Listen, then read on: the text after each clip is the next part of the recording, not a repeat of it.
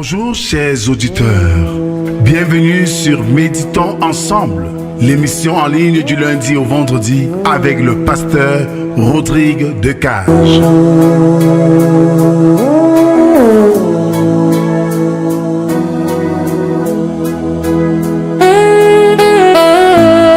Chaque jour, nous prenons quelques moments pour nous recentrer, nous apaiser et nous connecter avec l'essence de la foi et de la paix intérieure. À travers des méditations guidées, des réflexions et des prières, nous vous invitons à trouver un espace de calme et de renouvellement spirituel dans votre journée. Rejoignez-nous du lundi au vendredi pour ce moment d'expérience de méditation quotidienne. Que la paix et la présence de Dieu soient avec vous.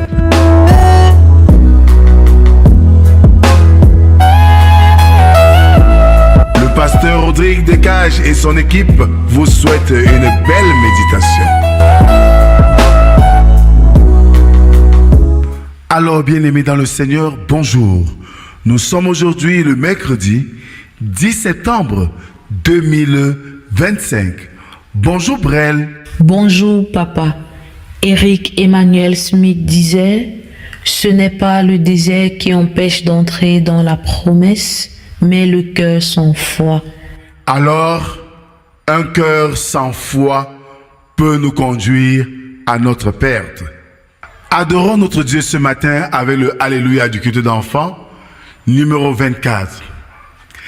Ta parole est vivante, mon Dieu, elle est vivante, mon Dieu.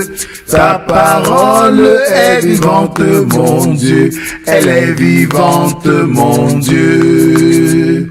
Au commencement était ta parole, elle est vivante, mon Dieu. De génération en génération, elle est vivante, mon Dieu. Ta parole est vivante, mon Dieu, elle est vivante, mon Dieu. Ta parole est vivante, mon Dieu, elle est vivante, mon Dieu. Adorons le Seigneur avec le psaume 45, les 5 premières strophes. Des paroles pleines de chants bouillonneront dans mon cœur. Je dis, mon œuvre est pour le roi. Que ma langue soit comme la plume d'un habile écrivain. Tu es le plus beau des fils de l'homme. La grâce est répandue sur tes lèvres. C'est pourquoi Dieu t'a béni pour toujours. Vaillant guerrier, sans ton épée, ta parure et ta gloire, oui, ta gloire. Sois vainqueur, monte sur ton char, défends la vérité, la douceur et la justice, et que ta droite se signale par de merveilleux exploits. Amen. Prions le Seigneur. Seigneur, toi dont le jugement est toujours empreint d'amour, ouvre nos oreilles et nos cœurs pour que la parole que nous allons méditer nous avertisse, nous guide et nous fortifie par Jésus-Christ. Amen. Ce matin, nous allons méditer dans Nombre chapitre 14, du verset 26 au verset 38. Là, il est écrit: L'Éternel parla à Moïse et à Aaron et dit: Jusqu'à quand laisserai-je cette méchante assemblée murmurer contre moi? J'ai entendu les murmures des enfants d'Israël qui murmuraient contre moi. Dis-leur, je suis vivant. Dit l'Éternel, je vous ferai ainsi que vous avez parlé à mes oreilles. Vos cadavres tomberont dans ce désert. Vous tous, dont on a fait le dénompement, en vous comptant depuis l'âge de 20 ans et au-dessus, et qui avez murmuré contre moi, vous n'entrez point dans le pays que j'avais juré de vous faire habiter, excepté Caleb, fils de Jéphuné, et Josué, fils de Nun. Et vos petits-enfants, dont vous avez dit, ils deviendront une proie. Je les y ferai entrer, et ils connaîtront le pays que je vous avais dédaigné. Vos cadavres à vous tomberont dans le désert, et vos enfants paîtront 40 années dans le désert et porteront la peine de vos infidélités jusqu'à ce que vos cadavres soient tous tombés dans le désert. De même que vous avez mis 40 jours à explorer le pays, vous porterez la peine de vos iniquités 40 années, une année pour chaque jour, et vous sauverez et vous saurez ce que c'est que d'être privé de ma présence. Moi, l'Éternel, j'ai parlé. C'est ainsi que je traiterai cette méchante assemblée qui s'est réunie contre moi. Ils seront consumés dans ce désert, ils y mourront. Les hommes que Moïse avait envoyés pour explorer le pays et qui, à leur retour, avaient fait murmurer contre lui toute l'assemblée en décriant le pays. Ces hommes qui avaient décrié le pays moururent frappés d'une plaie devant l'Éternel. Josué, fils de Nun, et Caleb, fils de Jéphuné, restaient seuls vivants parmi ces hommes qui étaient allés pour explorer le pays. Amen. Alors, bien-aimés dans le Seigneur, nous venons là d'écouter la teneur du texte qui nous est proposé pour notre méditation ce matin. Dieu répond qu'il ne détruira pas son peuple. Néanmoins, il décrétera que tous les hommes de l'âge de 20 ans et au-dessus qui sortirent d'Égypte et qui étaient en âge de porter des armes, seuls Josué et Caleb entreraient en terre promise. Le peuple donc va errer dans le désert pendant 40 années jusqu'à ce que la génération incrédule soit morte.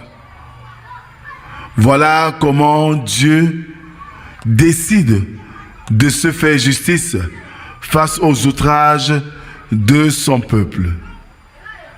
Les fils devaient porter la peine des infidélités de leur père. Cependant, il leur serait permis d'entrer en terre promise 40 ans plus tard. Dieu précisa 40 ans, car les espions avaient passé 40 jours dans le pays pendant leurs explorations. 40 ans est ici un chiffre rond, car ce fut à peu près 38 ans. 40 ans s'étaient écoulés entre le moment où les Israélites avaient quitté l'Égypte et celui où ils étaient arrivés dans le pays de Canaan. Le peuple, ayant refusé le bien que l'Éternel voulait lui accorder, il souffrit du mal qu'ils avaient choisi. Toutefois, leur exclusion du pays ne signifie pas que tous les Israélites étaient perdus pour l'éternité. Beaucoup d'entre eux furent sauvés par la foi en l'Éternel, même s'ils ont subi une punition temporelle à cause de leur désobéissance. Il demeure beaucoup de zones d'ombre à propos de l'itinéraire exact suivi par les Israélites pendant leur déambulation dans le désert et du temps passé dans chaque endroit. Certains pensent qu'ils passèrent plus de 37 ans à Kadès et une seule année à voyager au sud au bord de la mer Rouge, lieu connu actuellement sous le nom de Golfe Aqaba. Plusieurs lieux situés sur la route entre le mont Sinaï et les plaines de Moab ne peuvent plus être identifiés. Bien-aimés, au regard de tout ce qui précède, Dieu, dans sa fureur, ses châtiments sont irréparables. Dieu a le pouvoir en toute situation et notre confiance en Dieu nous permet de réussir et d'échapper à sa fureur. Amen. Prions Dieu.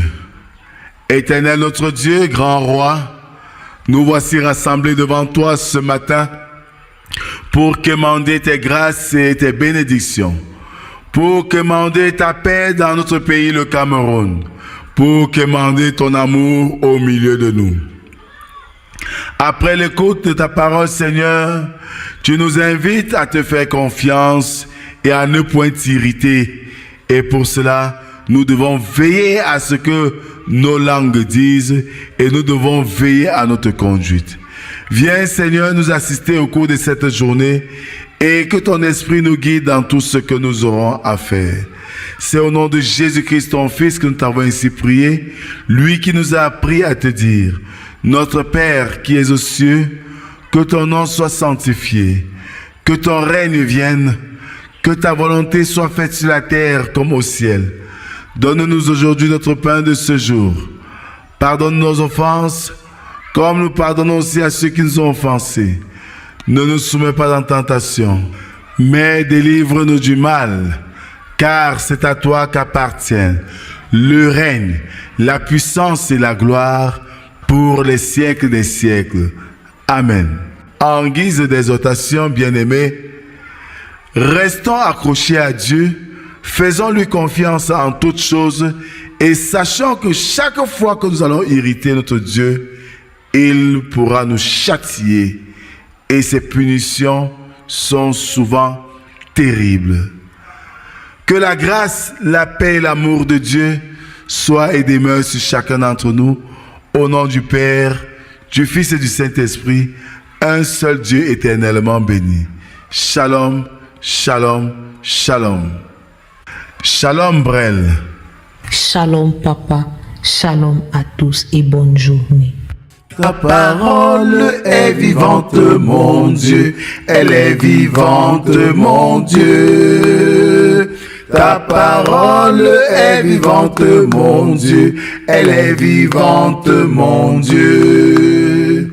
Au commencement était ta parole, elle est vivante, mon Dieu. De génération en génération, elle est vivante, mon Dieu. Ta parole est vivante, mon Dieu. Elle est vivante, mon Dieu. Ta parole est vivante, mon Dieu. Elle est vivante, mon Dieu.